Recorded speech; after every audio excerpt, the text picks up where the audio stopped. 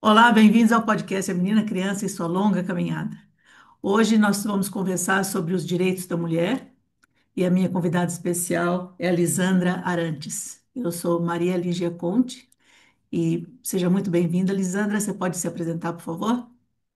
Olá, tudo bem? É um prazer, é todo meu de estar aqui com você para falar desse tema tão importante para a gente.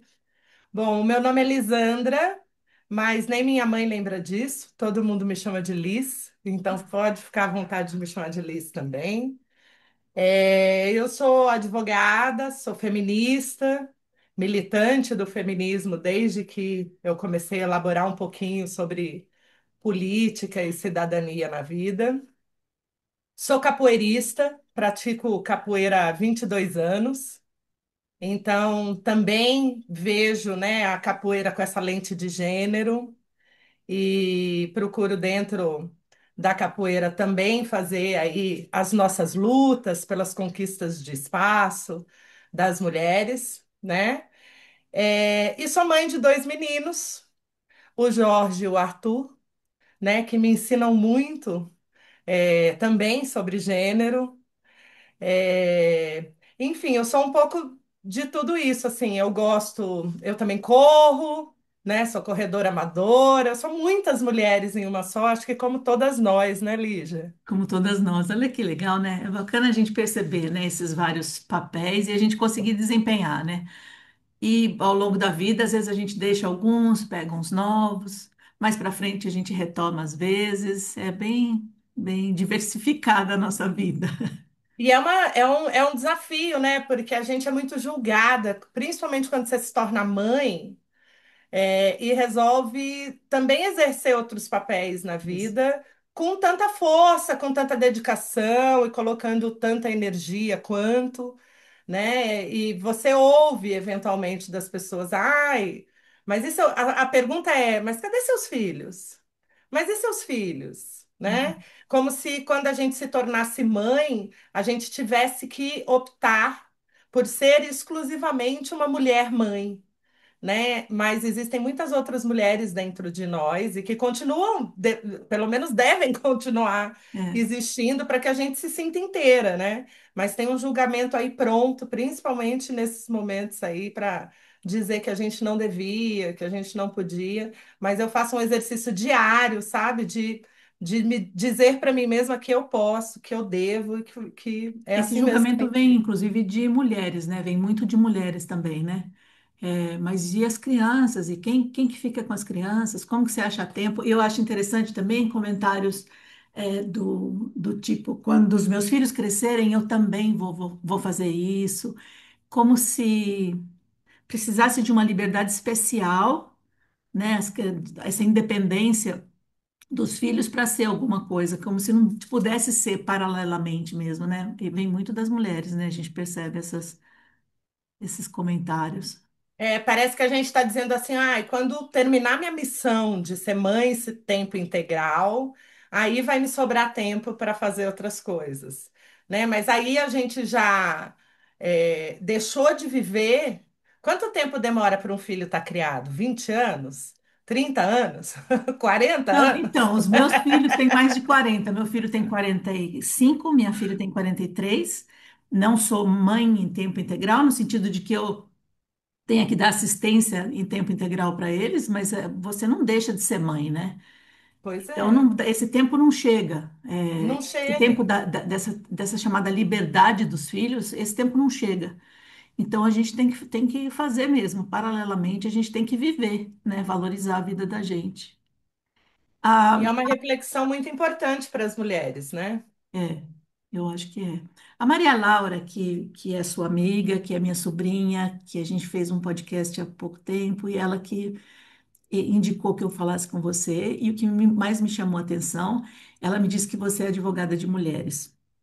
Eu estou fazendo Isso. um curso do PLP, né, das Promotoras Legais Populares, estou na 12ª turma aqui em Sorocaba, e estou gostando muito do curso, então eu vi que existe bastante isso, advogada de mulheres. Em princípio, eu penso que isso é uma pena, porque eu já tinha comentado com você anteriormente que eu imagino assim que a justiça deveria ser cega para gênero. Ela deveria. ver quem é que está com a razão e defender quem está com a razão. Mas a gente vê que não é assim. A necessidade de ser uma advogada para mulheres é cada vez maior, né? Você poderia falar um pouco sobre isso, por favor? Por que advogada ter mulheres? Posso sim, mas antes eu vou dizer para você que eu também sou PLP. Ah, Eu é? sou promotora legal popular, formada em Brasília, no Distrito Federal. E quando eu fiz o primeiro ano de curso, me apaixonei pelo curso.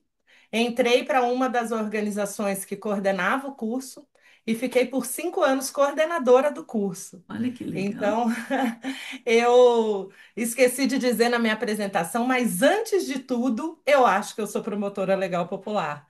E é por isso que na capoeira, na corrida e no direito, eu estou sempre tentando falar sobre gênero, né? Sempre tentando colocar esse olhar, né? Que eu falo, a lente de gênero sobre tudo que a gente vê. Então, antes de você E responder essa pergunta, é, como eu, antes, pouco tempo antes de eu entrar para esse curso, eu não sabia o que era. Então, agora eu vou precisar que você fale um pouco, porque muita gente não vai saber o que que é isso. Então, um pouquinho só, porque eu vou mais para frente conversar com a coordenadora do meu curso. Então, ela vai dar mais detalhes, mas é um apanhado geral. O que é promotora legal popular? Promotoras Legais Popular é um curso por iniciativa da sociedade civil de formação para mulheres em direitos humanos e cidadania, né? Então, e é um projeto que foi crescendo, né? Ele começou começou localmente e ele foi sendo multiplicado em outros estados. E ele tem como objetivo justamente esse, pelo menos era o meu olhar, né? Quando eu estava lá, de formar multiplicadoras dos nossos direitos, né? Então, é um curso direcionado a qualquer mulher, né, que queira fazê-lo. A condição para ser aluna no Promotora Legal Popular é única e exclusivamente essa, né? E ele é uma formação, né, dessas mulheres. E traz um pouquinho de informação sobre cada coisa assim do direito, da política, né, de entender como é que funciona é, as questões burocráticas, as questões legais, onde é que se busca um determinado direito ou não. Então, tem tudo a ver com direito, mas nem de longe precisa ser advogada para fazer, né? Eu acho que é importante falar isso, porque o próprio nome, às vezes, faz as pessoas acreditarem que é algo que a mulher olha e fala: ah, não, mas não é, eu não poderia fazer esse curso. Uhum. E eu acho que o mais importante da gente dizer sobre promotoras legais populares é que qualquer mulher pode fazer esse curso. Ele vai te ajudar em muitos setores da vida, inclusive no próprio desenvolvimento enquanto mulher, né?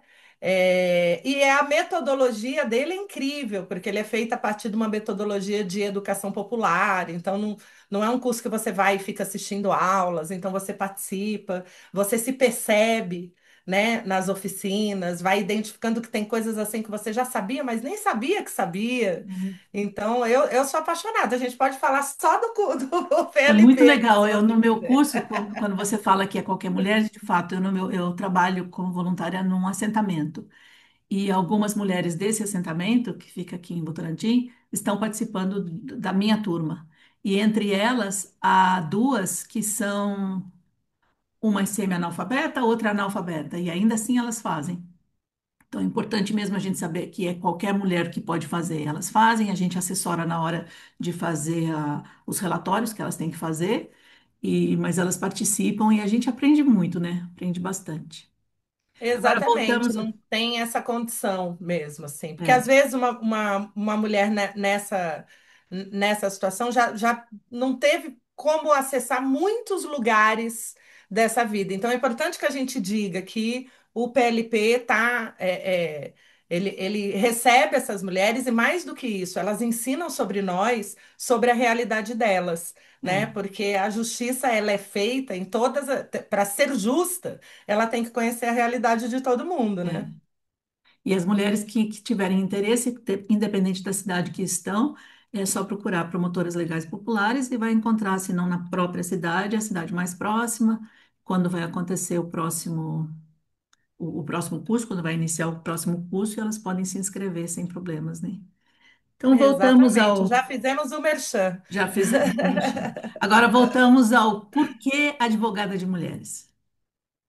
É, bom, primeiro é importante que se esclareça assim, que se explique que eu não sou exclusivamente uma advogada de mulheres, mas eu sou uma especialista em direito das mulheres. E Uhum, isso faz com que, né, 90 e sei lá quantos por cento das minhas clientes sejam mulheres, porque os homens, em regra, não me querem como advogada.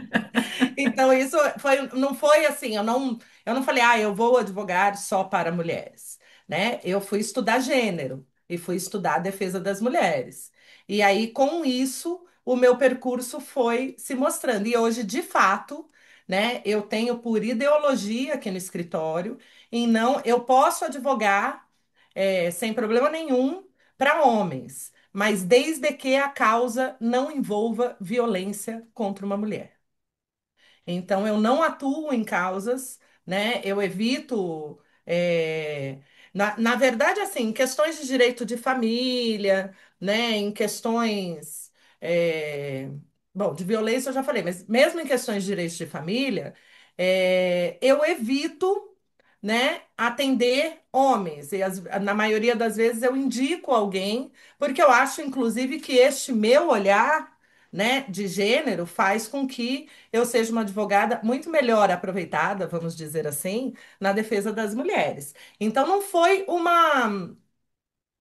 uma decisão da minha parte assim, a partir de hoje eu não vou atender mais homens, mas foi uma coisa que foi se colocando a partir, né, do que eu fui me especializando. E é muito importante. Né? A gente fala muito, por que uma advogada especialista em direitos da mulher?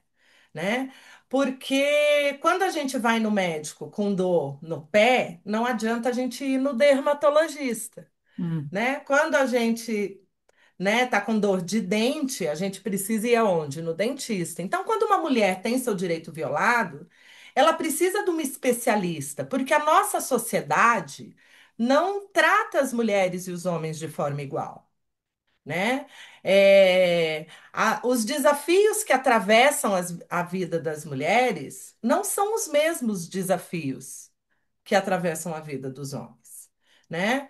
E quando a gente fala em qualquer contexto, mas especialmente no contexto familiar, que é o que eu mais trabalho, essa diferença dos desafios, das oportunidades, é, até das cargas assumidas, é gritante. hum, E você não pode ter ali um advogado que não perceba isso, né? Então, quando a gente fala de trabalho doméstico, a gente está falando de gênero, ainda está falando de gênero, né? Porque mesmo isso a gente ouve muito, um exemplo muito transparente de que isso ocorre é que toda vez que a gente fala de trabalho doméstico, sempre tem alguém a reagir e dizer: ah, não. Mas em casa eu ajudo a minha mulher. Então, meu amigo, se você acha que ajuda, você ainda não toma a tarefa como sua, né? Então, isso já é assim. E a gente tem muitos sinais o tempo todo de que é absolutamente necessário para se analisar uma situação de fato que você considere, né, as diferenças havidas de oportunidades e de desafios entre as mulheres e os homens, tanto com relação à tarefa doméstica, com relação aos cuidados, seja com os filhos ou com outras pessoas da família, porque quando a gente olha para as famílias e sai desse contexto de filho e chega num contexto de quando as pessoas vão ficando idosas, a gente percebe que quem cuida dos idosos também são as mulheres, né? Então isso coloca a gente numa situação muito diferente. Né? Essa igualdade formal que a Constituição nos garante está muito longe de ser realidade para a gente ainda. entendi.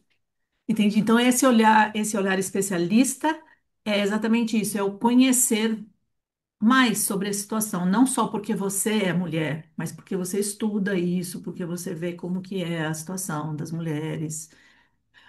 Em nível social, você vê uma diferença muito grande, níveis, socioeconômicos, a situação das mulheres, para mim, parece ser gritante. É? Com É relação à e não é, violência, né? com relação a É, como são é e não tratadas. é. Ah, Eu acho que existe um achismo de que as mulheres mais pobres, é, em situação de maior vulnerabilidade, elas estão mais sujeitas às violências. E a gente não vai negar que uma mulher pobre, periférica, preta, sofre muito mais violência, né, do que uma mulher branca, classe média, né, e que tem muitos privilégios em relação àquela outra na vida. Isso se falando em violência amplamente, né? Porque eu não sofro violência só dentro da minha casa. Eu sofro violência quando eu saio na rua e alguém não me respeita por causa da roupa que eu estou usando. Eu sofro violência, quando alguém me olha e só me vê enquanto cuidadora, né? É, eu sofro violência, sei lá, se eu sou uma mulher, abre a porta do meu escritório e alguém fala, o advogado está aí, né? Porque não acredita que eu sou a advogada.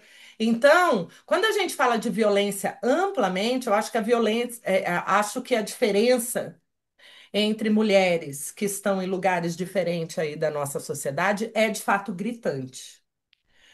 Quando a gente fala de violência doméstica, eu acho que é perigoso a gente acreditar tão cegamente que a violência doméstica, porque daí parece que a violência doméstica ela só vai ocorrer ali na periferia, né, ou na casa, nos lugares onde as mulheres são mais pobres. E a verdade é que a violência doméstica ela possui muitos níveis e muitas formas de estar presente na vida das mulheres. E aí, dentro do contexto doméstico, dentro do contexto familiar, né, que envolve filhos, que envolve relações conjugais, as mulheres que não estão necessariamente em situação de vulnerabilidade na vida, na sociedade, também sofrem muita violência, né? Às vezes formas diferentes de violência. Mas mesmo quando a gente fala de violência física, ela ainda está muito presente, sim, no cotidiano de todas as mulheres. Se a gente vai falar de violência psicológica, por exemplo, a gente tem quase que como regra, né, nos relacionamentos que as mulheres acabam sofrendo algum tipo de violência psicológica. As mulheres que têm melhores condições financeiras sofrem violência patrimonial de várias formas, em vários níveis, né? É, quando a gente fala de violência sexual, o estupro marital ocorre em qualquer casa, independente das condições financeiras ou de condições de moradia, né? Mas é óbvio que é, as situações que colocam as pessoas em situação de maior vulnerabilidade diminuem sua capacidade de reagir, diminuem a sua rede de que poderia ali lhe socorrer, diminui a informação que chega até essa mulher. Então a violência vai ganhando muitas camadas. Por isso que eu disse sim e não, uhum. né? Num olhar geral, faz muita diferença, né? Até porque a informação que você não acessa te perpetua naquela situação de violência, que é a É. realidade de muitas mulheres. Mas acontece Então, também, isso a gente vê na vida com as amigas da gente, familiares, e vê muito em filme, novela, que as mulheres que têm uma condição socioeconômica mais alta, mais vantajosa, privilegiada, gritam menos, no sentido de vão buscar menos ajuda, sim ou não? Talvez porque eu vão acho que tem arriscar muito uma questão mais da exposição, né? exposição, né? Eu realmente não trouxe nenhum dado aqui para a gente analisar sobre isso, mas é óbvio que se você é uma pessoa uma mulher que tem uma carreira, que tem um nome, às vezes é uma pessoa pública, né? Às vezes você coordena grupos ou coletivos, enfim, é, isso com certeza influencia na decisão da mulher de reagir àquela violência, É, né? Porque tem uma coisa no ciclo da violência que é comum a todas as mulheres, né? Mas que vai ter efeitos diferentes em cada uma delas, que é a negação. Eu não acredito que isso está acontecendo comigo.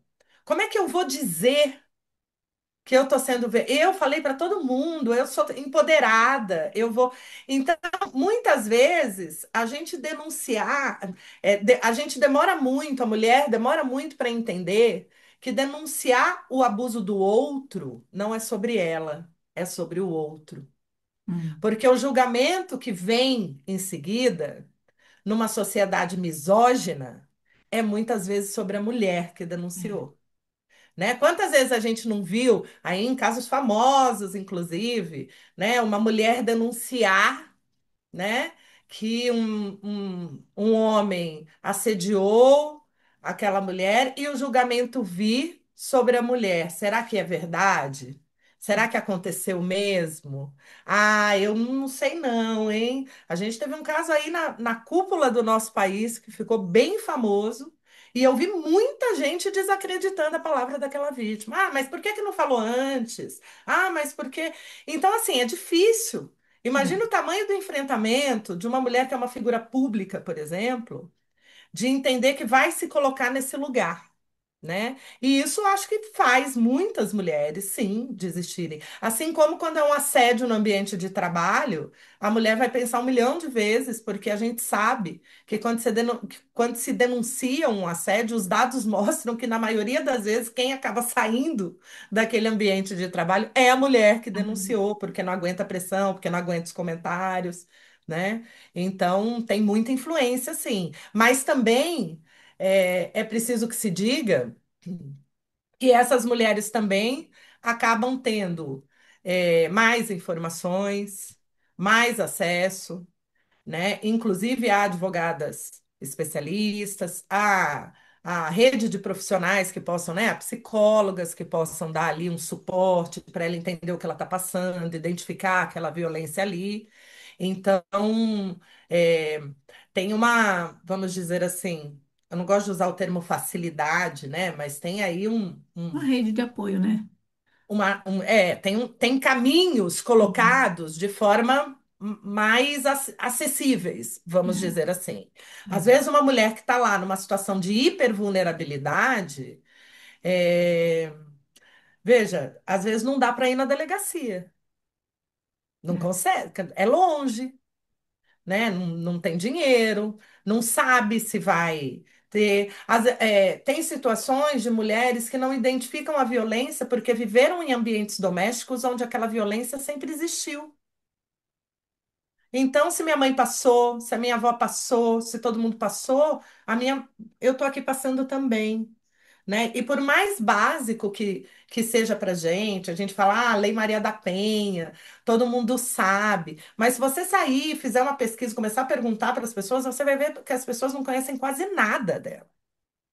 Por mais que seja super famosa, né, e tal, as pessoas não conhecem, não sabem, é, não entendem como é que funciona, né, que tipo de acesso eu vou ter. Então, por mais que a gente evolua, hoje a gente tem delegacias especializadas, a gente tem a Casa da Mulher Brasileira, tem mulheres que estão numa situação de tamanha vulnerabilidade que nem esses serviços estando ali eles são acessíveis para elas. Se alguém não for lá, pegar na mão, de repente uma promotora legal popular, que é a vizinha dela, e que vai falar: olha, mana, vamos ali, tem uma delegacia da mulher, você vai ser bem acolhida. Porque para cada mulher que pegar na mão de uma mulher e dizer: ali tem uma delegacia da mulher. Você vai ser acolhida, vão ter três para dizer. Você vai chegar na delegacia, vão te tratar mal, não vão olhar na tua cara. Isso não vai dar em nada, uhum, né? Então, a informação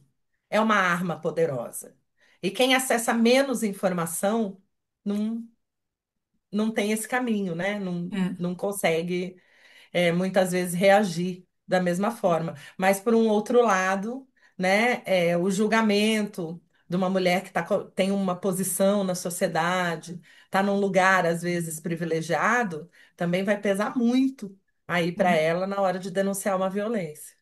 Eu vi, recentemente vi uma fala que não sei se ela é antiga, na verdade, da Luana Piovani, quando ela denunciou, né, que ela estava sofrendo violência do rapaz lá que eu esqueci o nome dele, e ela colocou nos meios sociais dela, né, dizendo falando sobre o que ela estava sofrendo, e algumas mulheres, ela disse que algumas mulheres escreviam no perfil dela vem bater em mim, né? E ela falava, gente, a mulher falando, tipo, um cara tão gostosão desse, você tá apanhando dele e tá reclamando, né?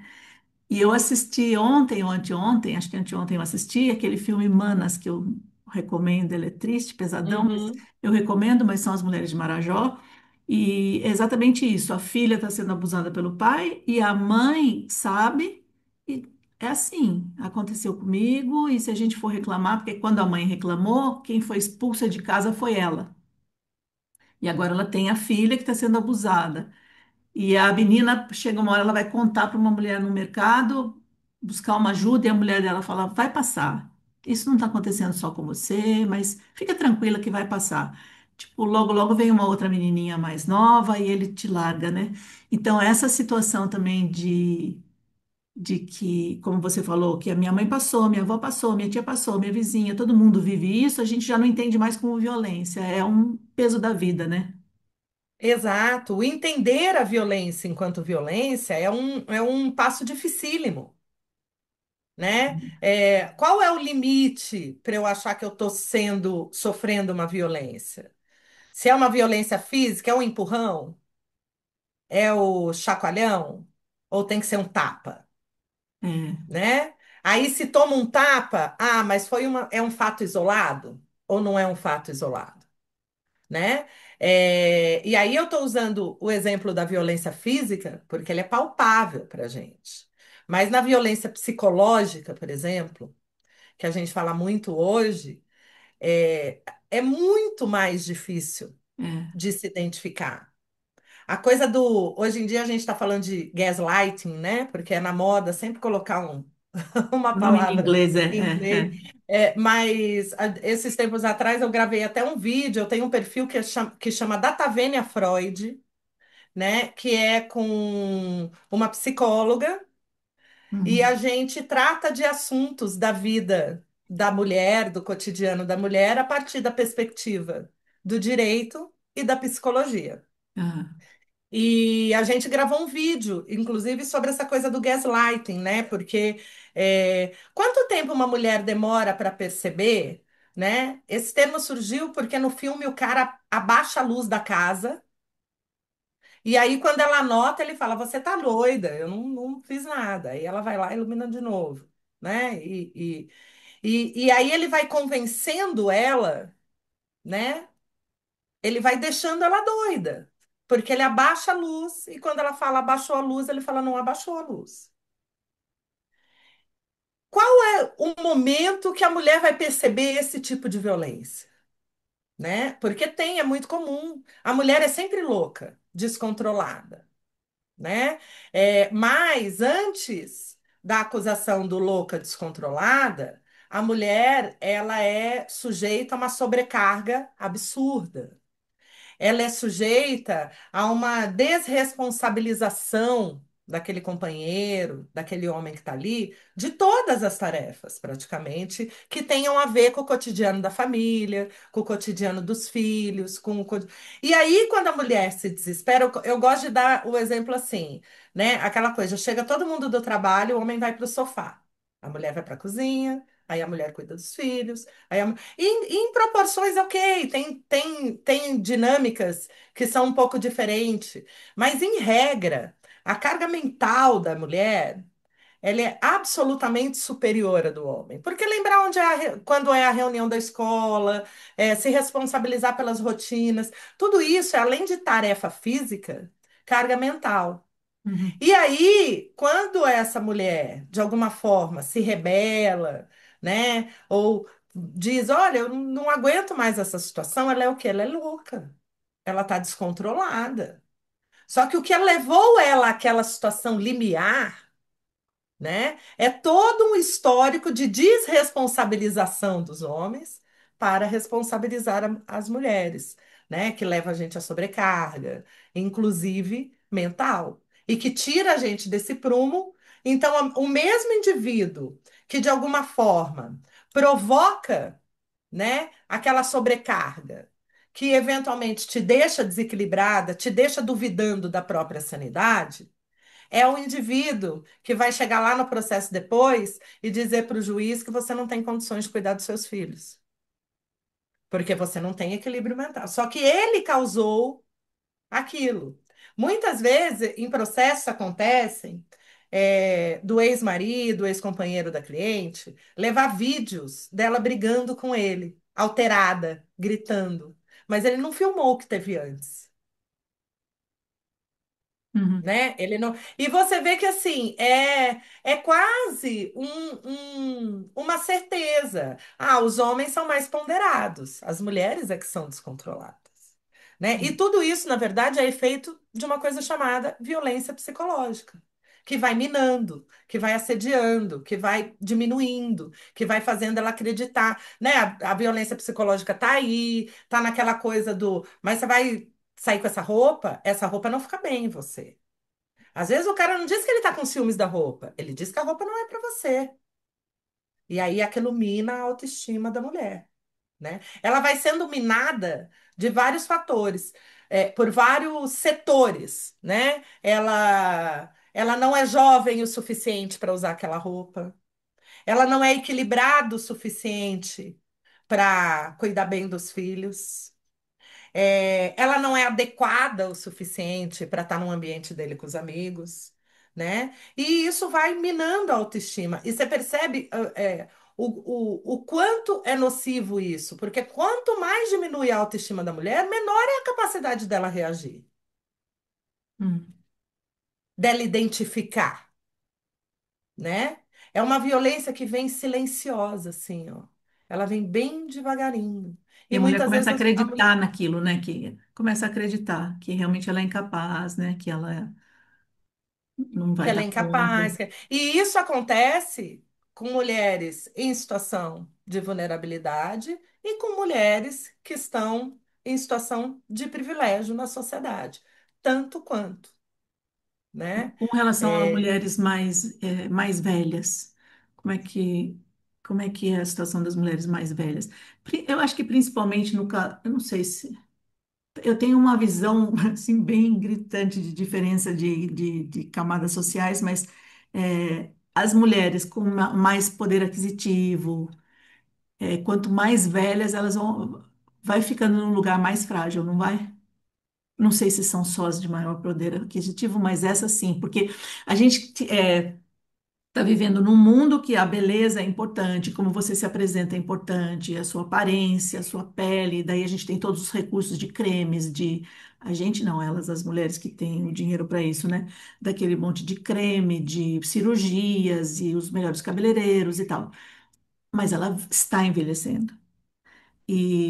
E os maridos, essa coisa do marido buscar uma mulher, uma mulher mais jovem, né?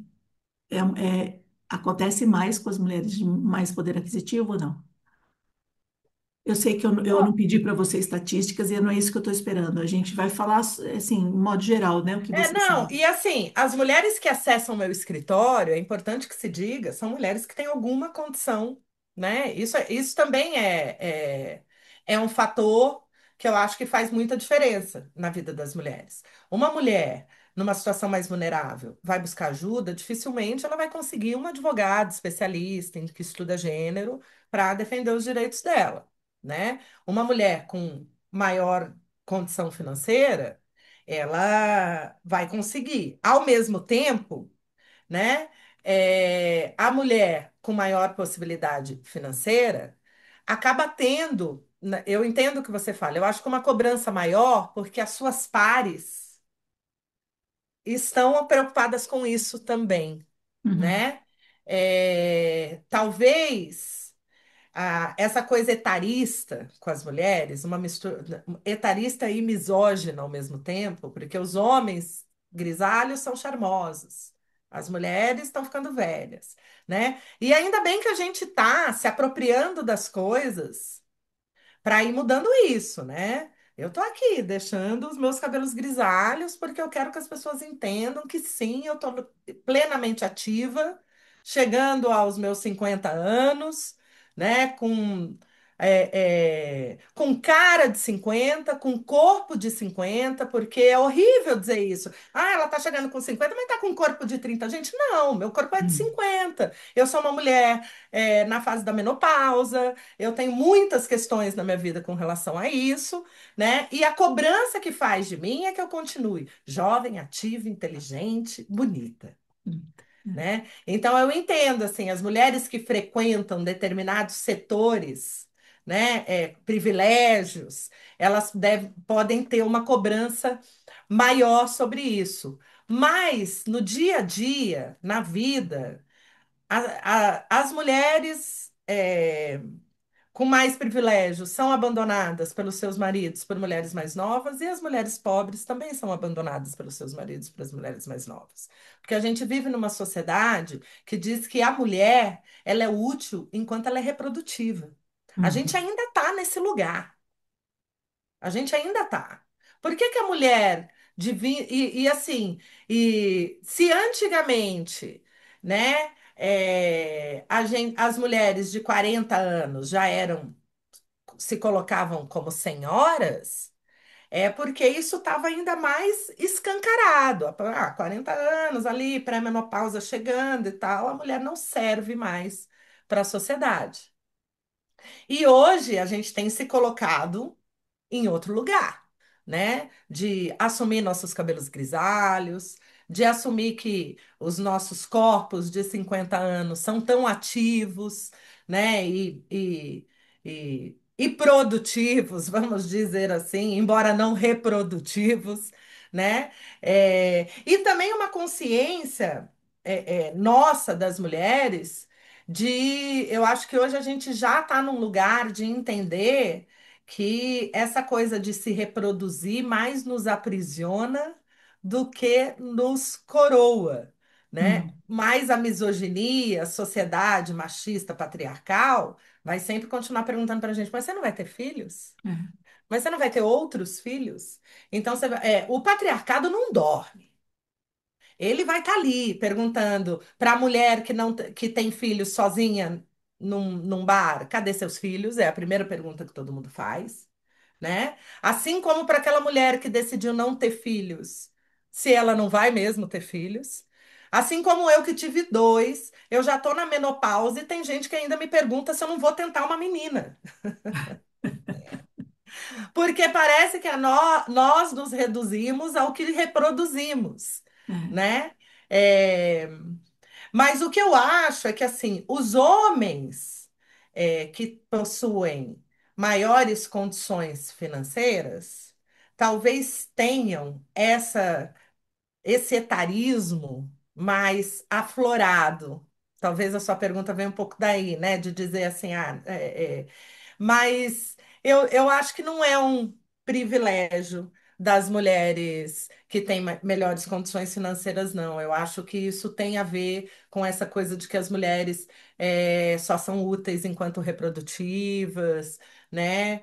É, e hoje o que eu vejo é que, na verdade, as mulheres, e aí eu vou fazer um comentário nada a ver com o direito, assim, entrei num grupo de amigos bem antigos, assim, né, e tal, e e aí fui ver que estudaram um tempão lá na infância, juntos e tal, e aí reavivaram.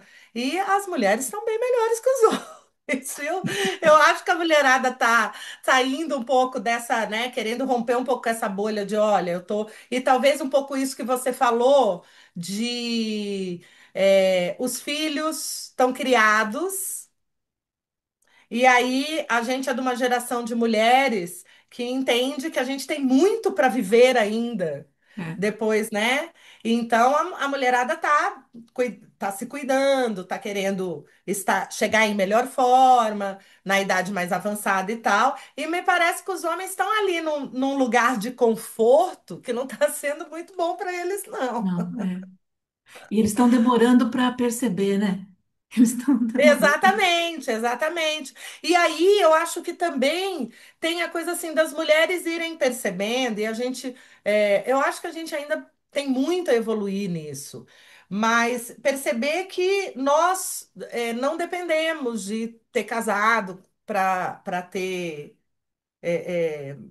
para ter se dado bem na vida, porque parece que assim que a mulher nasceu para namorar, casar e ter filhos, né?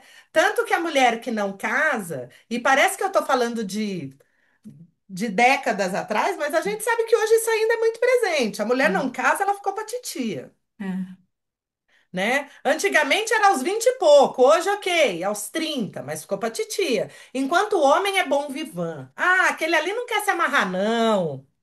Quantas vezes você ouviu alguém falar que aquela mulher ali não quer se amarrar, não? A gente não ouve falar isso. não, E eu tenho um monte de amiga que não querem se amarrar, não. Sabe, que falaram, não, para mim é muito melhor viver minha vida desatrelada disso, mas a sociedade, o patriarcado ainda diz que nós mulheres temos esse lugar de estar ali junto com um homem, né, fazendo... E isso bate da gente, inclusive na autoestima das mulheres que eventualmente, né, o que a gente, eu vejo aqui no escritório, por exemplo, mulheres incríveis que ficaram 20 anos sem trabalhar cuidando dos filhos. E agora, com os filhos criados, perceberam que estavam numa relação que faziam. Eu tenho uma cliente que usou a expressão, eu estava enterrada nessa relação. Quer dizer, a própria expressão de ela estava assim, ela sentia que ela não vivia mais, né? E aí, o desafio para essa mulher enfrentar um divórcio, 20 anos fora do mercado de trabalho, né? Tendo um padrão de vida que exige uma renda razoável para que ela consiga manter. Então é um momento que ela decide que ela quer se livrar daquela situação, não quer mais viver com aquele homem, não quer mais aquele casamento, mas ela não consegue simplesmente resolver isso de uma hora para outra. Que tem muitas questões, inclusive como ela vai retornar ao mercado de trabalho para ganhar para obter uma renda que seja compatível com a forma de vida dela, uhum, né? E muitas vezes o que acontece é a alegação, aí vem o homem, alega nesse processo, ela está em idade plenamente ativa, como se arrumar qualquer emprego, né, que pagasse ali para ela um salário mínimo, conseguiria manter ela dentro daquele padrão, dentro daquela forma de vida que eles tiveram. E nos 20 anos que ela não trabalhou, ela fez o quê? Ela investiu na carreira desse marido, né? Porque enquanto ela cuidava da família, enquanto ela cuidava, dos filhos, enquanto ela cuidava da casa, ele investia na carreira dele, né? E essa é a realidade de muitas mulheres, pelo menos da minha geração. Mulheres que se casaram bem, como a gente costuma dizer, e que depois de ter filhos optaram por cuidar dos filhos, estavam ali na classe média, acessavam tudo que precisavam para ter uma vida confortável, e 20 anos depois se deram conta de que deixaram de ser elas mesmas, né? Principalmente quando os filhos crescem, né? Por que que falam que a mulher tem a síndrome do ninho vazio e o homem não? O homem não está no ninho também? O ninho dele não fica vazio também? Por quê? Porque ele nunca considerou o ninho dele cheio. A gente parte daí, né? Quem tá ali preocupado com o ninho, com o cuidado do ninho, é sempre a mulher. Então, eu acho que nesse sentido, a gente chega ali onde você me perguntou, né? Assim, para as mulheres que estão numa situação melhor na nossa sociedade, não tem nesse sentido, tem um peso. Aí sim, né? Porque é muito mais difícil, se você vive num determinado padrão, você conseguir se separar daquele que era o provedor e retomar a sua carreira da onde parou, não tem como retomar da onde parou há 20 anos atrás. Para começar, que com a tecnologia, quem parou uma carreira há 10 anos atrás pode ter até carreiras que não precisem. No direito, por exemplo, a pessoa tem que. E eu não estou falando só de legislação que mudou. Eu estou falando hoje em dia os processos são eletrônicos. É tudo online, né? Se você não sabe lidar com a tecnologia, quando eu fiz direito, era a gente pegava, ia lá no fórum, fazia a carga do processo, levava para o escritório. Hoje eu entro no sistema aqui do tribunal, peticiono, falo com o juiz online, faço tudo online. Um advogado que não trabalhava com isso, que estava, sei lá, acho que é 10, 15 anos atrás, não trabalhava e hoje resolve trabalhar. Veja que eu estou falando de uma profissão liberal, autônoma e que qualquer pessoa poderia, de uma hora para outra, falar: ah, não, então agora eu sou habilitado, eu vou advogar. Precisa só se atualizar da legislação? Não. Precisa atualizar da tecnologia. Hoje em dia a gente tem a inteligência artificial que também agiliza muitos procedimentos. Os profissionais, eu acho que de todas as áreas, que não aprenderem a usar inteligência artificial no seu trabalho, vão ficando para trás. Então, 20 anos fora de um mercado é uma vida, não é retomada onde parou, é começar tudo de novo. Né? E essa é a realidade das mulheres aí de 40, 50 anos que estão se divorciando e que, por algum motivo, por decisão comum do casal, optaram por parar de trabalhar. Mas no processo, o ex-marido vai dizer que a decisão foi exclusivamente dela. Ele vai Eu te dizer. garanto. Ele vai dizer que ela que não quis trabalhar, né? Que ela se encostou nele, né? Eles dizem. Que ela se encostou nele. Nossa, isso é triste pra caramba isso, né? E se você não tem, aí entra, por que uma especialista em gênero? Porque você precisa levar ao judiciário esta realidade. Muitas vezes vai cair ali num colo de um juiz, por exemplo, que às vezes é um senhor branco de meia idade e que nem de longe estudou qualquer coisa relacionada a gênero. E para ele, pior ainda, está garantida a igualdade na Constituição Federal. Né? Eu tive na semana passada uma decisão judicial num processo em que a gente pediu para o juiz avaliar o processo seguindo um documento que chama Protocolo para Julgamentos com Perspectiva de Gênero, que foi editado pelo Conselho Nacional de Justiça e que orienta o judiciário. O Conselho Nacional de Justiça, para quem não sabe, é um órgão de fiscalização do judiciário, da magistratura, enfim, né? E esse protocolo, eu tenho o meu até impresso, está aqui na minha mesa e não foi de propósito, é porque eu estava usando ele agora há pouco.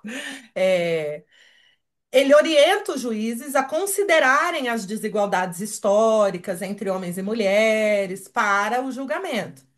E é um processo de direito de família, aonde homem e mulher estão discutindo questões relacionadas à família, ela está fora do mercado de trabalho, eles têm uma filha em comum, que ela que cuida, que fica exclusivamente com ela e tal. E o juiz deu uma decisão dizendo que não via no caso em tela motivos para analisar o processo sobre a perspectiva de gênero.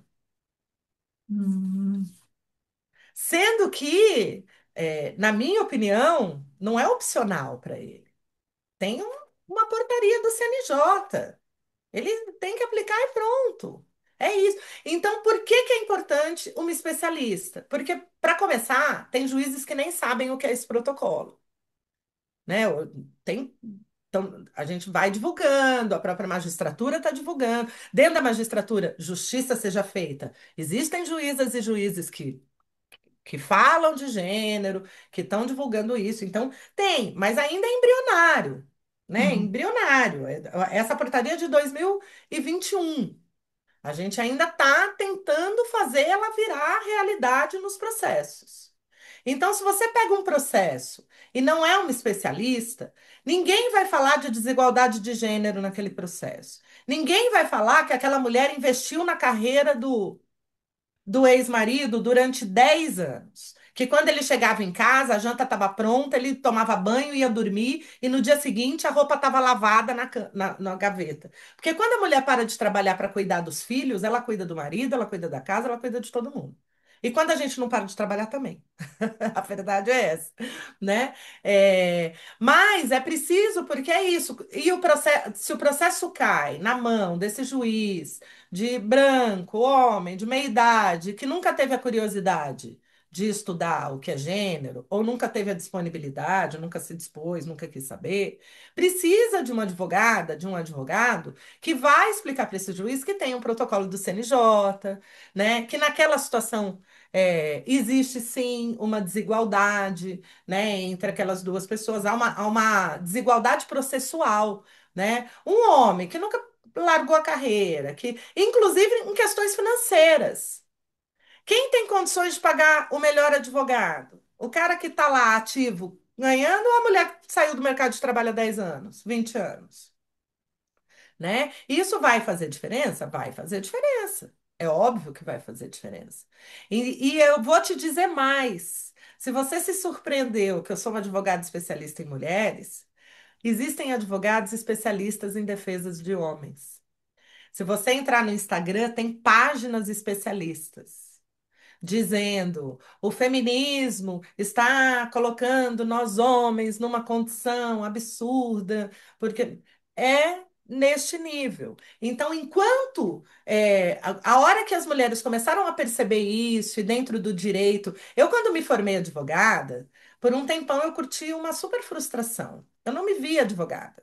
Eu não me adequava aos advogados. Você vê atrás das minhas costas Aham, aqui, ó. aham, Eu não sou uma advogada convencional. Eu tenho até uma bandeira do arco-íris no meu escritório, hum. né? E aí eu falava, ai, gente, escolhi a profissão errada, né? Aí eu fui trabalhar na sociedade civil, com ONGs que defendem direito da mulher, assessorava as diretorias e tal.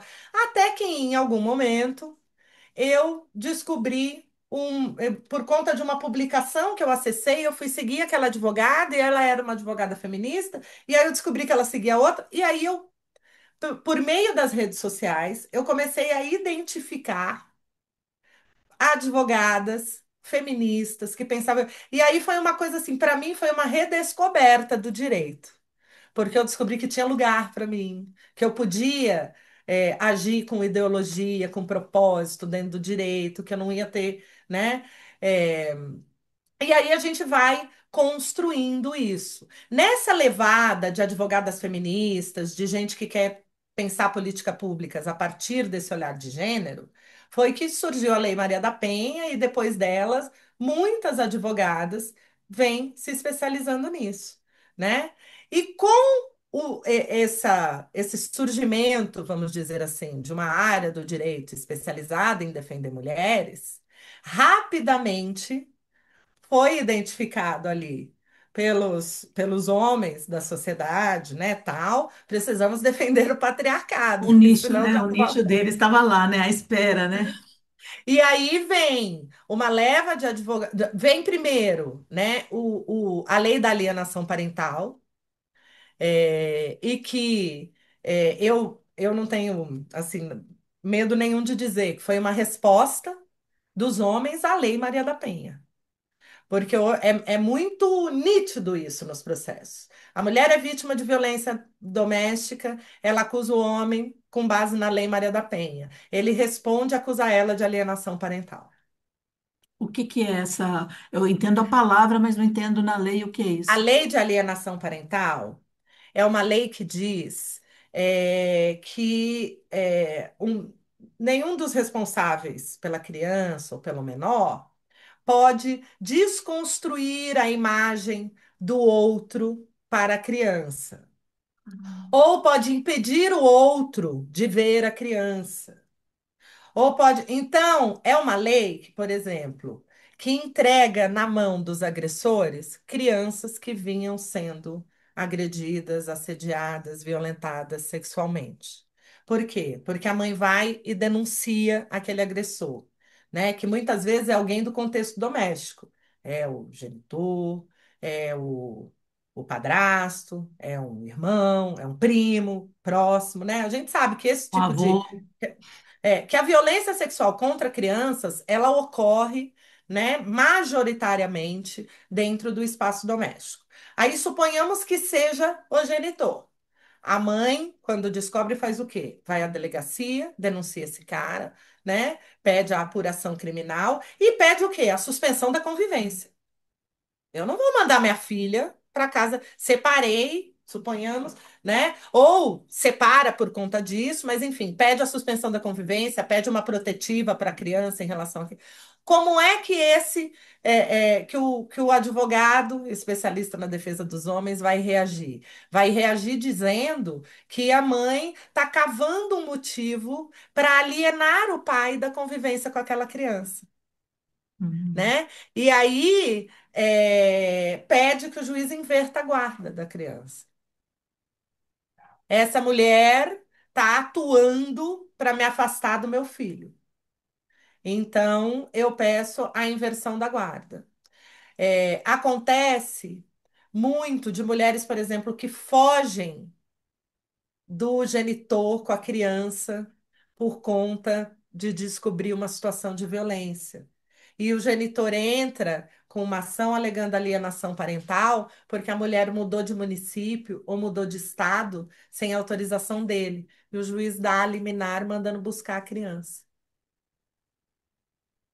É uma lei horrorosa para as mulheres, porque a alienação, ela é uma lei pensada para é, é, impedir as mulheres de qualquer forma, vamos dizer assim, afastar os genitores das crianças. Só que ela é uma arma, né, contra mulheres que denunciam violências, principalmente com relação às crianças, né? E é muito comum, assim, eu diria que em quase todos os meus processos que a gente discute guarda de criança e que tem uma situação de violência envolvida, né? Ou seja, uma violência psicológica, ou mesmo uma violência física ou contra a mulher, invariavelmente, na defesa desse homem, vem uma acusação de alienação parental. Então, assim como as mulheres vêm se organizando, né, e nós temos hoje muitas advogadas feministas no Brasil inteiro, e somos uma rede, né? A gente tem aí uma coisa de também entender a força, de não competirmos entre nós, mas de agregarmos. Então, isso acontece sim, e muito, né? Porque a gente entende que toda vez que uma advogada emplaca uma tese feminista, uma tese que, né, que de alguma forma, né, consiga preservar aí os direitos das mulheres, todas nós aproveitamos, enquanto inclusive movimento de mulheres. Mas há, é importante que se diga, uma reação já organizada, né, dos homens, e eu costumo dizer assim que o exército da perpetuação do patriarcado. Né? Nossa, que Não é terrível. nem um pouco vantajoso para os homens que a gente vença esse lugar de misoginia que a gente vive, né? Então, aí volta lá onde eu estava falando, da questão da justiça, né? Que a gente tem, por exemplo, o direito, né? Os advogados que defendem o patrão, né? Em questão da justiça do trabalho, defende o patrão, e outros que defendem o empregado, o funcionário. É, normalmente o do patrão tem mais dinheiro, né? Se é um funcionário sindicalizado, conforme o sindicato, ele vai ter uma força grande. Se não for, por exemplo, as empregadas domésticas, mas aí nesse caso não é questão de gênero. Eu falei de uma mulher empregada doméstica, mas pode ser um empregado da casa, ou empregado de uma empresa menor, tal. Normalmente o patrão tem mais dinheiro para pagar um advogado. Então a justiça, ela vai. Eu fiz parte do júri em Sorocaba, acho que 3 anos. E eu tentava fugir, não conseguia sair, não conseguia sair, até que eu saí do Brasil por um período, e daí eu consegui me afastar, porque tinha várias condições para eu sair. Mas eu via um teatro muito grande, a força do promotor, né? O promotor, o jeito que ele fala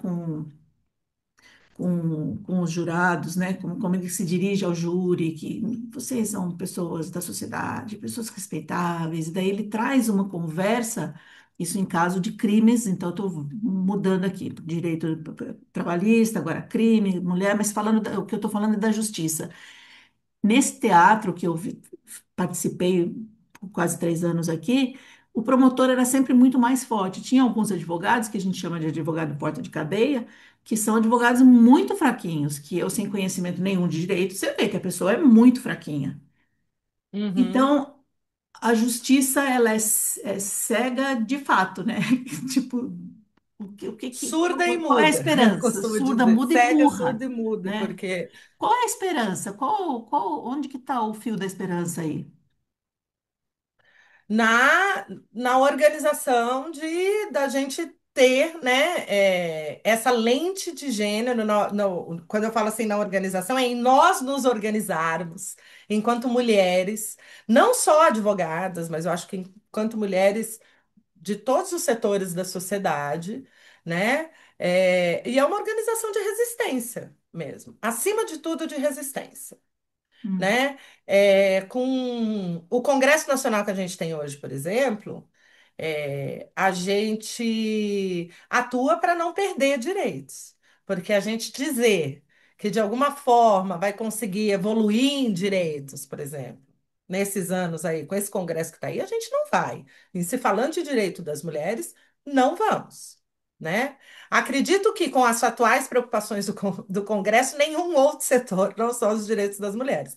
Mas a nossa esperança está na nossa própria força de resistência e organização, né? Então, se há algum tempo atrás a gente não tinha dentro do direito, não ouvia falar, né, em advogadas especialistas na defesa de mulheres, hoje a gente tem, né, todo um campo do direito especialista nisso, né, em defesa dos direitos organizado, a fim de evoluir. A gente tem no nosso país uma das melhores leis do mundo de proteção à mulher. E é importante que se diga isso também, né? Nós temos um sistema que, de alguma forma, ele, ele nos tem, ele nos dá instrumentos para que a gente continue resistindo, né? A Lei Maria da Penha é o nosso principal instrumento hoje de defesa das mulheres.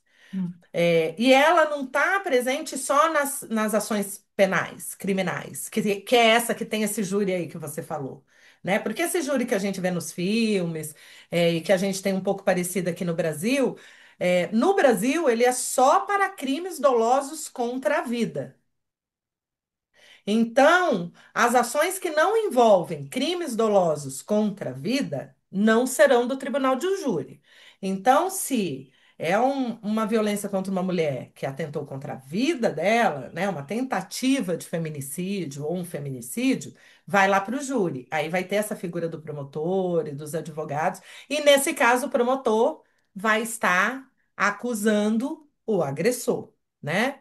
Mas em ações cíveis ou que apuram outros crimes, delitos, né, contra a mulher, como ameaça, lesão corporal, né, enfim, esses delitos muito, infelizmente, muito comuns no cotidiano da violência doméstica, são ações que correm contra o que a gente chama de juiz singular. Né? Então, você vai ter aquela audiência que é na mesa e tal, e a gente tem vários instrumentos também para não revitimizar essas mulheres.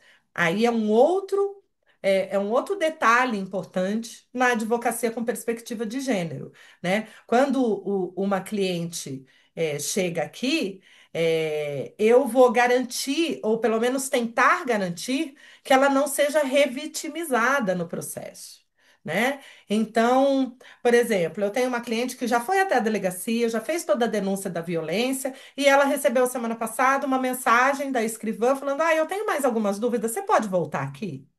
E aí a minha cliente falou para mim, falou: Ai, doutora, eu não quero ir, porque é muito violento para mim. Então, um advogado convencional provavelmente diria para ela: não tem o que fazer. Se você quer seguir com o processo, você vai lá. Eu liguei para a escrivã, expliquei. É uma delegacia da mulher, é verdade. Então, tem já um acolhimento, mas é outro instrumento que a gente tem. Temos as delegacias da mulher. Expliquei, falei: olha, minha cliente está muito sensibilizada ainda, e tal. O que que você acha de você me mandar as perguntas? Eu respondo por escrito, peço para, mando para você. E aí a gente junta no inquérito. Ela falou: ah, ótimo, eu reduzo o termo e mando para sua cliente assinar. Pode ser assim? Pode ser assim.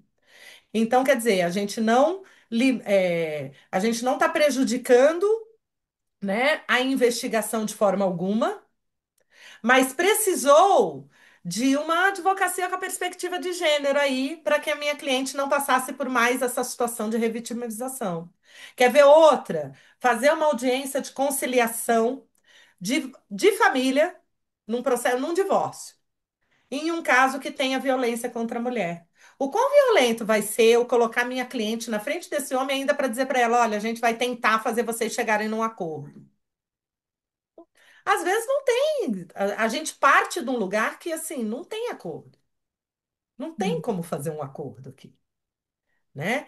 E ainda que tenha, se ela tem uma advogada que pode falar em nome dela, por que que a gente vai colocar essa pessoa de frente para o seu agressor? Então, a gente tem instrumentos legais que podem ser, né, manejados por uma advogada especialista para garantir a não revitimização, por exemplo, dessa mulher. Então, aí, no caso, eu iria lá conversar com o juiz e explicar para ele que eu não quero que a minha cliente não se sente confortável em estar na mesma sala, né, que o ex-marido. Sem falar que, assim, antes da audiência, senta todo mundo na sala de espera. É horrível, assim. E aí, já aconteceu mais de uma vez, mesmo que o juiz insista em ouvir as partes, deu conseguir, por exemplo, que essa audiência seja virtual e que minha cliente não precise estar na mesma tela que o ex-marido. Então, são detalhes pequenos, mas que fazem muita diferença para a mulher que está ali naquela situação e para ela não ser revitimizada. Olha que interessante, que legal, né? Que bom. Você falou logo no começo das mulheres que têm mais posses, que têm condições de contratar um advogado e as de menos posses não. Mas a gente tem a Defensoria Pública, Ministério Público, tem recursos para essas mulheres, né? Tem Então, uma mulher, recursos.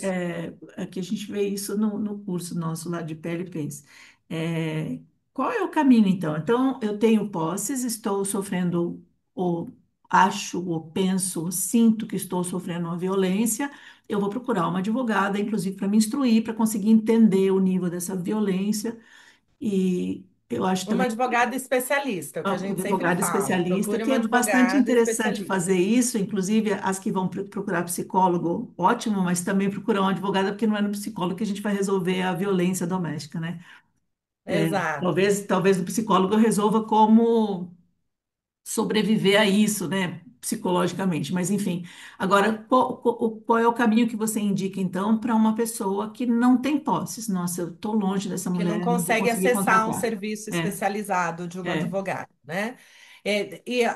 Aí essa pessoa vai ter que acessar a Defensoria Pública, né? Que possui advogados muito bons, muito bem capacitados, né? Para fazer essa defesa, não necessariamente advogados ela pode existe na Defensoria Pública defensoras e defensores que também fazem, né, esse debate de gênero em todos os setores dos operadores do direito. Hoje a gente tem, né, quem estuda gênero, quem faz esse debate.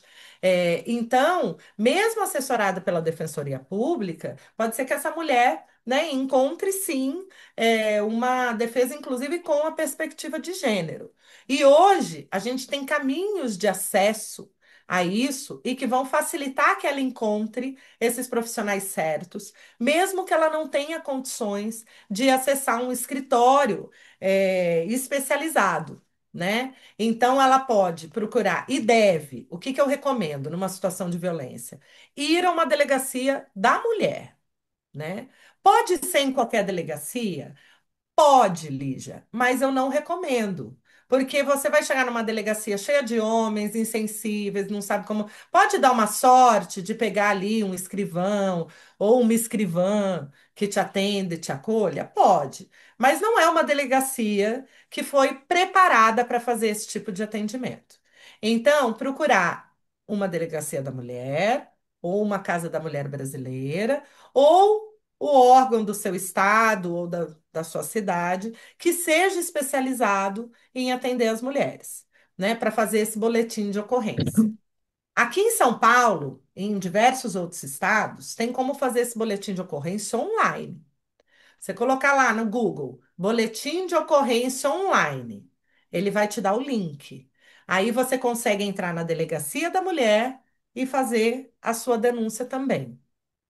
O que acontece? Quando você faz o boletim de ocorrência, seja online ou presencial, já vão perguntar para você se você precisa de uma medida protetiva contra aquele agressor, seja online ou presencial, né? Então, hoje a gente tem caminhos que vão te conduzir também, mesmo que você não precisa de uma advogada para te acompanhar. Você pode ir fazer o seu boletim de ocorrência, ou pode fazer online, né? Que o procedimento vai ser aberto e você vai ter, na própria Casa da Mulher Brasileira, muitas vezes tem orientação psicológica e jurídica. E você vai ser acompanhada pelo Ministério Público, como órgão acusador, e, em sendo necessário, pela Defensoria Pública também, né? O que que eu dou de dica? Não vá sozinha, se for presencial. É importante você ir com alguém, mesmo que seja uma amiga. Não precisa ser algum profissional, não precisa ser ninguém que entenda. Por que que eu falo? O que que vai adiantar uma amiga minha que não entende nada? Vai adiantar que na hora de contar a história você fica nervosa? Você vai adiantar que se você chegar na delegacia e tiver qualquer situação violadora do seu direito, você já tem uma testemunha. E pode acontecer, né? Vai acontecer se você, por exemplo, for desestimulada. Dificilmente numa delegacia da mulher ou numa casa da mulher brasileira isso vai acontecer. Numa delegacia comum, pode acontecer. Já vi muitas histórias de mulheres que chegaram para denunciar uma determinada agressão e de dizerem para ela: isso não vai dar em nada. Você quer mesmo registrar, né? É bom você estar com alguém para não deixar você desistir, Entendi. né? Pelo menos uma Então, amiga. que seja uma amiga. É bom. Ah, não tem outro jeito, eu vou sozinha. Vai, amiga. Vai, é melhor do que, né? Ou se você fizer online, tem uma chance muito grande, e normalmente acontece, de chamarem você na delegacia depois para fazer o seu depoimento pessoal, né? Eles vão aplicar um formulário para identificar o grau de risco que você está correndo, que a gente chama de FRIDA. É um formulário que pergunta assim: basicamente, ele traça um perfil do agressor, se o agressor tem arma, que tipo de agressão você já sofreu, se já ameaçou você, é, já ameaçou a vida, se já agrediu fisicamente, se já houve agressão psicológica, enfim, é um formulário que eles aplicam e que avalia o grau de risco que você está correndo. Né? Porque alguns fatores fazem a gente crer que o risco é maior do que o outro. Por exemplo, um agressor que tem porte de arma, ele acende um alerta gigante, né? Uma pessoa que anda armada, então tem um risco enorme aí. Um agressor que já fez uma ameaça direta, verbal, eu vou te matar, né? Já teve um episódio de agressão física, então consegue ponderar ali. Por isso que é importante registrar a ocorrência. Né? Às vezes acontece da mulher querer se proteger e não registrar a ocorrência. Por exemplo, quando é o pai dos filhos, né? É, Ah, eu não quero registrar a ocorrência contra o pai, eu não quero que ele vá preso. Eu quero só que ele me deixe em paz. Aí, nesse caso, ela tem como entrar com uma ação judicial e pedir a medida protetiva sem fazer o boletim de ocorrência. Aí vai ser muito mais fácil ela conseguir acessar isso via uma advogada particular do que pública. entendi. Então, infelizmente, né, faz diferença, é, principalmente a depender aí dos detalhes de cada uma das situações. Mas a gente já evoluiu muito, eu acho que a gente tem um sistema de acolhimento preparado para receber as mulheres, né? E é importante que existam as PLPs, por exemplo, para levar essa informação lá nos territórios mais carentes, né? Nas comunidades, né, nas periferias, porque é onde essa informação muitas vezes não chega. É onde a Casa Mulher da Mulher Brasileira, por exemplo, vai estar longe, às vezes a mulher não sabe onde é, não sabe como procurar, né? E aí essa informação, eu costumo dizer, eu sei que é um jargão, né? Mas a informação tem poder mesmo, né? Assim, a É, informação empodera, é, né? A informação te leva pelos caminhos, assim. A gente precisa ter a atitude para ir, mas é a informação que vai mostrar para a gente qual é o caminho, né? E esse caminho existe, seja via uma advogada particular, seja via defensoria pública. legal. Isso deixa eu te fazer. Acho que deve ser uma última pergunta que eu tenho aqui. É uma situação assim: eu estou casada, aí eu me separo, é, e o meu marido abandona as crianças. Eu não pedi proteção, não pedi medida protetiva, nada, porque não houve uma violência. A gente não é mais casado. E ele abandona no sentido de não apoiar financeiramente, não estar presente quando as crianças trazem uma dificuldade ou psicológica, ou na escola, ou necessidade financeira. Isso é uma violência contra a mulher? Isso pode ser uma violência contra a mulher, se esse abandono passar pelo lugar, né, de às vezes, vou falar diferente. O abandono pode ser uma forma de agredir aquela mulher. Ah, você não vai, né? E isso acontece muito. Por exemplo, se você não vai ficar mais casada comigo, então você se vira com as crianças. É É. um pouco essa Você situação que você está arrumou falando. outro, agora o problema é dele. Você se vira com as crianças. É. É, pode configurar violência patrimonial contra a mulher, na medida que ele teria condições ele teria obrigação, não só condições, obrigação de custear proporcionalmente as despesas das crianças, é o que a gente chama de pensão, né? Que é o nome popular para os alimentos. Então, só o fato de não pagar alimentos configura violência patrimonial contra essa mulher. E aí você vai falar, qualquer advogado vai ver isso? Não. Aí é um olhar de gênero mesmo, Uhum. né? E muitas vezes a gente tem que explicar para o juiz, para a juíza, por que que a gente está dizendo que isso está violentando a mulher. Veja, ele está em 100% do salário dele é dele. E 100% do salário, normalmente 120% do salário dela é das crianças, né? Então isso, por si só, já é uma violência patrimonial contra a mulher. Fora isso, tem o abandono financeiro e o abandono afetivo em relação às crianças, que também podem ser consideradas violência, né? E você me lembrou perguntando isso, falando assim, ah, ele pode fazer alguma coisa. Então, assim, esses abandonos podem ser denunciados judicialmente, né? É bom que se diga que qualquer genitor está obrigado a compartilhar proporcionalmente as despesas da criança, seja ele presente na vida da criança ou não, né? Então, mas eu não. Muitas vezes fala assim, mas eu não visito, não tenho nem contato, não preciso nada.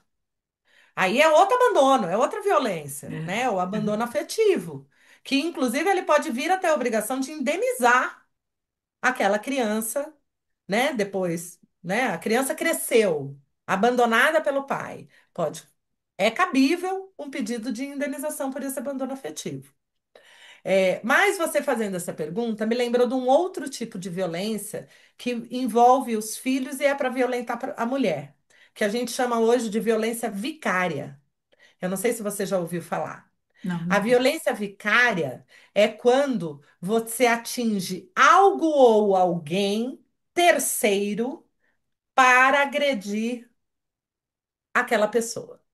Ah, Então, isso acontece muito com a agressão do filho para agredir a mulher, né?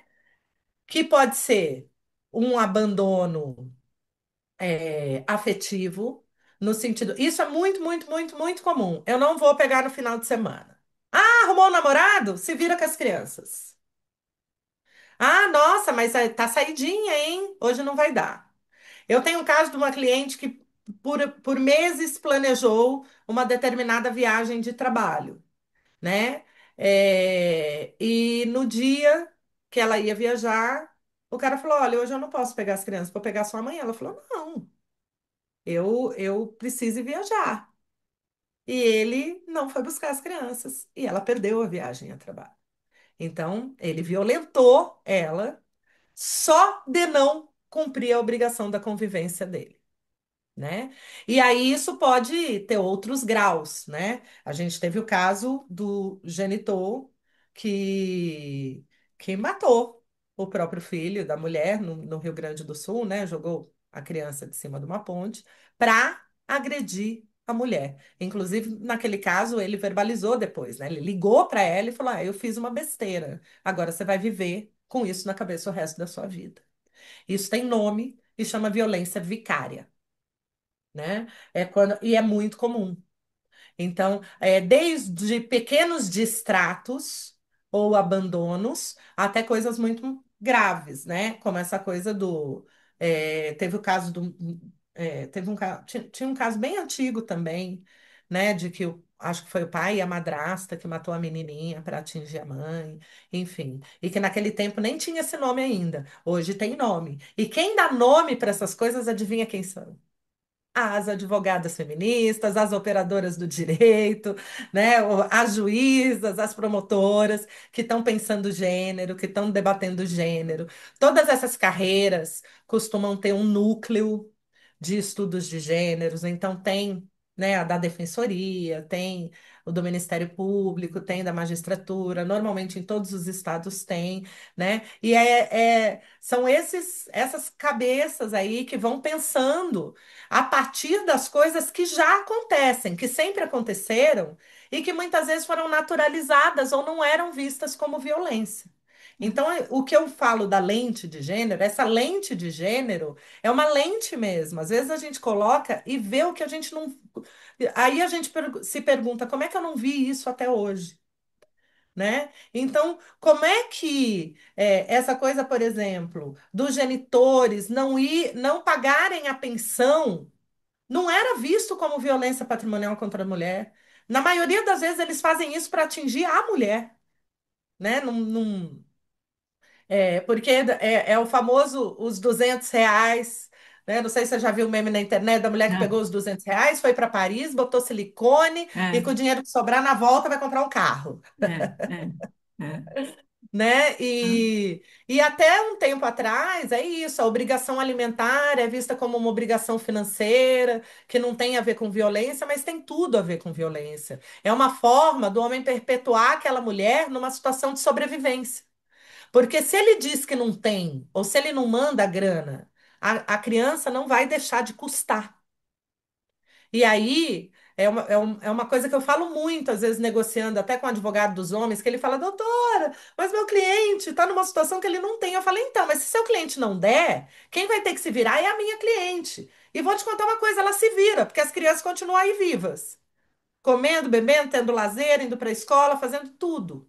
Então, por que que é uma prerrogativa do genitor dizer que não tem, ou ter uma reserva de salário? O que eu costumo dizer é, né, tem-se um, um- é, é, a jurisprudência, né, as decisões em regra sobre pensão, por exemplo, variam e não tem uma legislação que diz de quanto é essa porcentagem, né?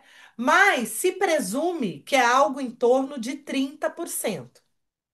Então, tem genitor que paga 20% sobre o próprio salário, genitor que paga 25%, genitor que paga 30%, mas é mais ou menos por aí, a depender da situação, da criança, do próprio genitor. Às vezes o genitor tem outros filhos, isso vai influenciar. Às vezes a criança é uma criança que precisa de um determinado tratamento especial, isso vai influenciar. E é por isso que a lei não diz quanto. Não tem uma lei que diga assim, olha, o pai tem que pagar 30% do salário de pensão. Mas é mais ou menos esse parâmetro que é utilizado. Aí eu Uhum. costumo dizer assim: então por que que os homens têm uma reserva de salário de 70% para viver só com eles? E, e na realidade que eu conheço, acho que nenhuma mulher consegue ter 70% do seu salário só para Uhum. ela, tirando o que ela gasta com os filhos. É, Então, é uma desigualdade que já parte daí. Eu não preciso falar de tarefa doméstica, eu não preciso falar de carga mental, se eu não quiser. Eu posso falar só disso. Falar, então, seu juiz, me responde, por que que ele tem uma reserva de 70% do salário dele e minha cliente não tem? Por que que ele pode dizer que agora esse mês ele não tem? Mas a minha cliente não tem outra opção. Se esse mês ela não tiver, ela vai pedir emprestado, ela vai fazer salgado para vender, ela vai pegar o carro e virar Uber, ela vai dar um jeito. Ela vai se virar e vai manter os filhos, né, em boas condições, estudando, comendo, vivendo. E os genitores, eles têm ali quase que uma prerrogativa, né, de, esse mês não deu. Então, só daí a gente, né, só de saída já é, tem uma desigualdade imensa, com relação às responsabilidades, assim, principalmente financeiras. é. E é por causa dessas irresponsabilidades, você falou responsabilidades, mas é por É, causa dessas irresponsabilidades que a gente precisa de advogados defendendo as mulheres, né? Porque a gente exatamente. ainda tem muito para caminhar, né? Para chegar numa igualdade, na justiça. Exatamente. Exatamente. A gente precisa desse olhar, né?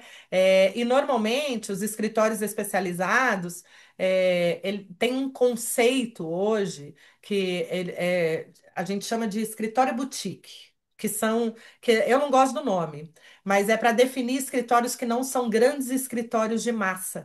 Hum, Porque não tem como você fazer uma defesa qualificada da situação de uma mulher fazendo advocacia de massa. Não dá para eu pegar um modelo e mudar campo, uhum, né? Porque cada história, né? A gente pode estar aqui nessa tela e achar que nós somos parecidas, né? Porque somos duas mulheres brancas, mais ou menos ocupando o mesmo lugar na sociedade. E se a gente sentar para conversar a minha história e a sua história, elas vão ser provavelmente totalmente bem diferentes. A gente diferente. passou por caminhos muito diferentes para estar aqui, até aqui. Então, a advocacia com a perspectiva de gênero, ela não é uma advocacia de massa. Ela não é E tá tudo bem existirem escritórios de advocacia de massa, é assim que a advocacia é praticada por muitos escritórios, né? E de fato tem situações que podem ser padronizadas, vamos dizer assim. Nós, advogadas feministas que estudam gênero, acreditamos que não é possível preservar o direito de uma mulher sem que aquilo seja absolutamente personalizado, que considere a história dela, a trajetória dela, as dificuldades e oportunidades que atravessaram a vida dela até ali, né? Então, esses escritórios normal são é uma infinidade de escritórios e aí vem a condição das mulheres, né? Muitas mulheres são raros os advogados especialistas em defesa em gênero ou defesa da mulher eu participei de um evento em março, que era no mês da mulher, e aí teve um evento na OAB aqui em São Paulo, um auditório lotado, não sei quantas pessoas cabem naquele auditório, mas são centenas de pessoas, seguramente, né? Um auditório que tinha, acho que 3 homens e o restante de mulher, porque era um evento da mulher advogada, e os homens não vão em eventos que falam das questões femininas, né? E a presidenta da OAB, e é importante que se diga que a nossa OAB tem uma presidenta, né? A OAB São Paulo, e isso é motivo de muito orgulho para nós, pediu que no auditório as advogadas autônomas levantassem a mão. E era uma maioria gritante, porque os escritórios de massa, os escritórios grandes, os escritórios conceituados, não querem fazer advocacia com perspectiva de gênero, Hum, né? Primeiro, porque ela é artesanal, ela é trabalhosa, ela tem que. Então, ela é muito, assim, eu diria que é menos lucrativa, né, é, sob a ótica do capitalista do aham, negócio. E muito mais trabalhosa, porque eu escrevo, eu mando para minha cliente ler, a gente fala de novo, a gente conversa, eu tenho todo um cuidado de revitimização, não vou pedir para ela ficar me contando 10 vezes a mesma história, né? Então tem todo um tratar aí, né? O dar tratos à bola diferente, mas é uma realidade, inclusive das mulheres advogadas que optaram por essa carreira, que optaram por essa vertente do direito. Hoje, os escritórios, eu desconheço um grande escritório que tem advogadas que trabalham com a perspectiva de gênero contratadas na equipe. O que eu conheço são escritórios que surgiram a partir de junção de advogadas feministas, né? Então, tem alguns escritórios hoje, já tem aqui em São Paulo, tem em Goiás, que tem muitas advogadas feministas também por lá, enfim, tem no Sul. Então, tem escritórios especialistas, mas normalmente surgiram do ajuntol, vamos dizer assim, de advogadas autônomas, porque a gente sofre também, de alguma forma, algum preconceito, né?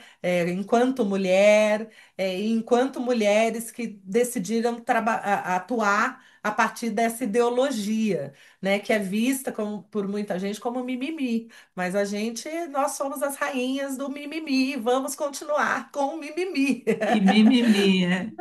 Que ótimo, nossa, que porque ele ótimo. é necessário, É enquanto ele for necessário. necessário, a É, gente vai estar aqui fazendo isso, né? que ótimo. A gente está chegando no nosso tempo aqui, que pena. É muito bom a gente ouvir essas coisas e aprender mais e conhecer mais, né, as possibilidades e conhecer os avanços, né? Porque hoje, não é hoje uma história exclusiva de hoje, sempre foi. A gente, na nossa evolução, a gente caminha um passo para frente, dois para trás, um para frente, dois para trás. Mas hoje, por causa da evidência das coisas, a gente vê que esses passos para trás estão sendo gigantes, né? E é legal ver que os passos para frente também são gigantes, né? Eu acho que é muito bom, muito E bom. tem um time bom aí, sabe? Esse aqui é Do não legal, é. vamos desistir, do Isso, vamos continuar, e eu acho que é isso. Quanto mais profissionais em qualquer área tiverem esse olhar, né? São as mulheres que abrem caminho para as mulheres, é, são as mulheres que estão preocupadas em fazer as conquistas femininas, né, de é, mulheres feministas.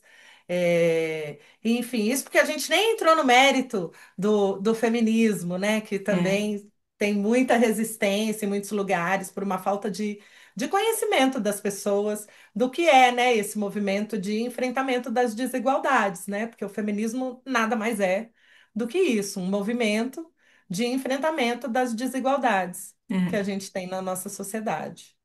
É o que a gente tem sempre falado nesses últimos podcasts, nos podcasts que eu tenho feito, é da necessidade da união das mulheres, né? Porque a gente tem essa fama de inimigas, né? Inimigas e traiçoeiras, e você não pode confiar na outra mulher, e a gente tem que começar a entender que não é assim, a gente tem que estar junto, né? A gente Exatamente, tem que porque é ser. uma coisa, inclusive, que os homens nasceram sabendo, né? É, Eles são unidos até debaixo d'água. É é, impressionante o é, quanto os homens se protegem, mesmo sem se conhecer, é, né? E nós, mulheres, muitas vezes a gente é julgada pelas próprias pares, assim, né? é.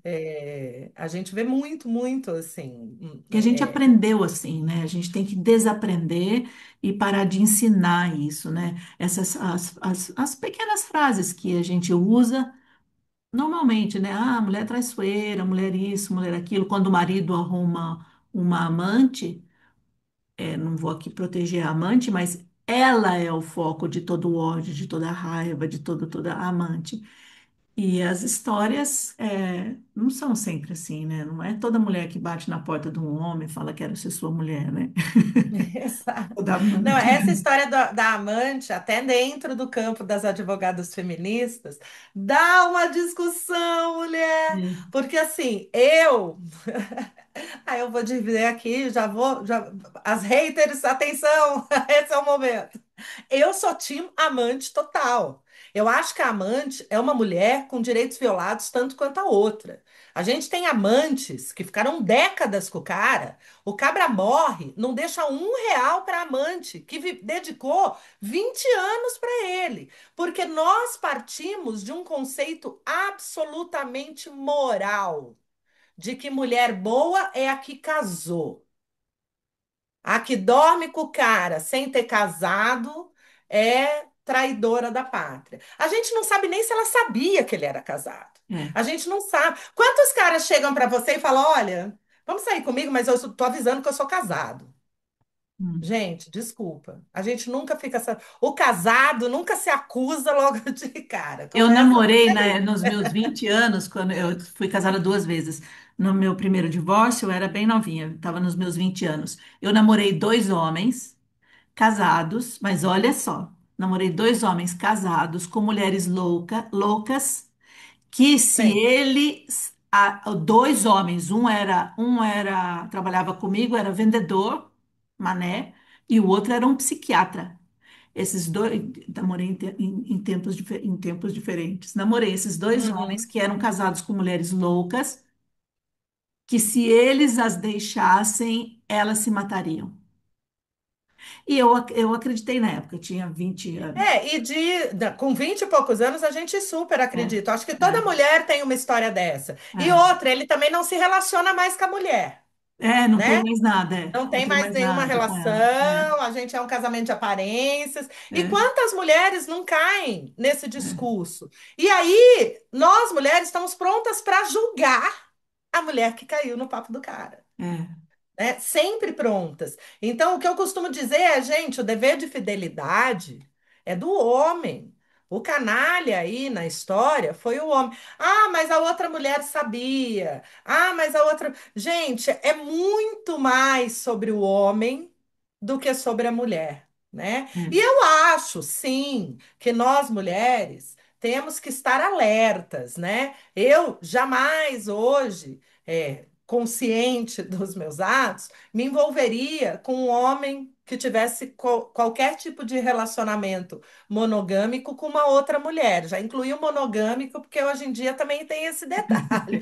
Então, assim, que estivesse num outro relacionamento. Por quê? Porque eu, enquanto feminista, não vou correr o risco de estar aí desrespeitando uma outra mulher. Mas isso é uma ideologia minha, é como eu penso, porque na verdade quem deve fidelidade a, a ela é quem casou com ela.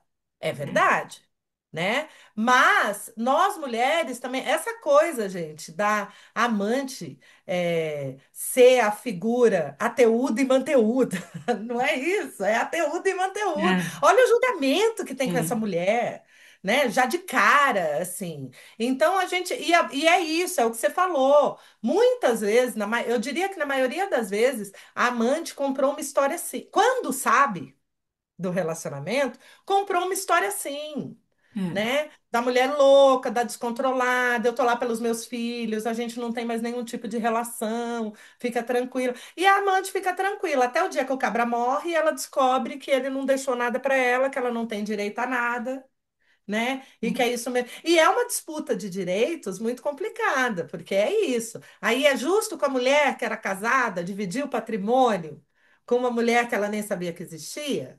Pode não ser justo, mas é justo essa outra mulher que também estava enganada não ter direito a nada? Então é uma briga boa, dá um podcast inteiro é. só para discutir. A gente pode fazer um time amante, time Mas é legal que a esposo gente jogar discutir.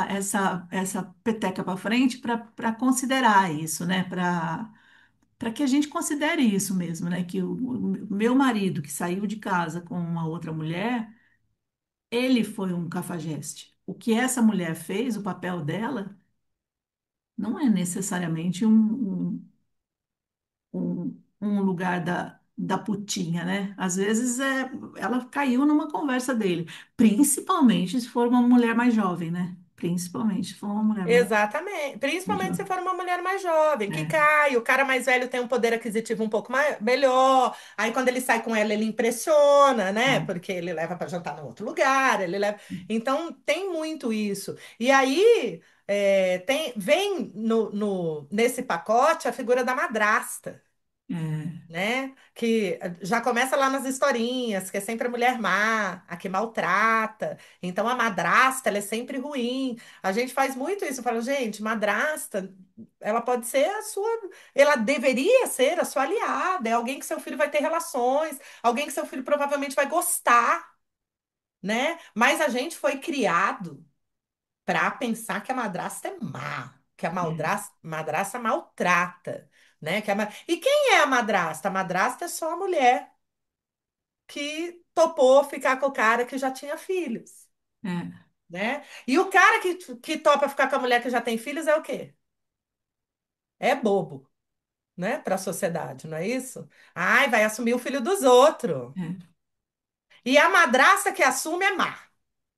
Veja, é uma É, a gente tem que leitura. repensar toda, a gente tem que repensar tudo, né? Mas eu acho super importante essas conversas, porque trazem isso, né? Essas coisas para a gente pensar, para a gente olhar com novos olhares, né? Outras lentes, como você falou, olhar as coisas.